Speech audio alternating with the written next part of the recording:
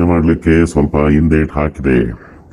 ನಿಮ್ಮ ಮಾತನ್ನ ಕೇಳಿ ನಾನು ಸೀಸ್ ಫೈರ್ ಅಂದ್ರೆ ಕದನ ವಿರಾಮವನ್ನ ಘೋಷಣೆ ಮಾಡಿದ ನಂತರವಾಗಿ ಅಥವಾ ಕದನ ವಿರಾಮಕ್ಕೆ ಒಪ್ಪಿಕೊಂಡ ನಂತರವಾಗಿ ಕೇವಲ 3 ಗಂಟೆಗಳಲ್ಲಿ ಎಂತ ಅನಾಹುತ ಸೃಷ್ಟಿ ಮಾಡಿದ್ದಾರೆ ಗೊತ್ತಾಯ್ತಾ? ಅದಕ್ಕೆ ಟ್ರಂಪ್ ಜಿ ಇನ್ನ ಯಾವ ಕಾರಣಕ್ಕೂ ಕೂಡ ಅವರಿಗೆ ಉಳಿಗಾಲ ಅನ್ನುವಂಥದ್ದಿಲ್ಲ. ಇರ್ಲಿ, ನನ್ನ ದೇಶದ ಜನ ಇವತ್ತು ನನ್ನ ವಿರುದ್ಧವೇ ತಿರುಗಿ ಬಿಡ್ತಿದ್ದಾರೆ. ವಾಸ್ತವ ಏನು, ನಾನು ಯಾವ ಪರಿಸ್ಥಿತಿಯಲ್ಲಿದ್ದೆ ಅನ್ನುವಂಥದ್ದು ಅವ್ರಿಗೆ ಗೊತ್ತಿಲ್ಲ.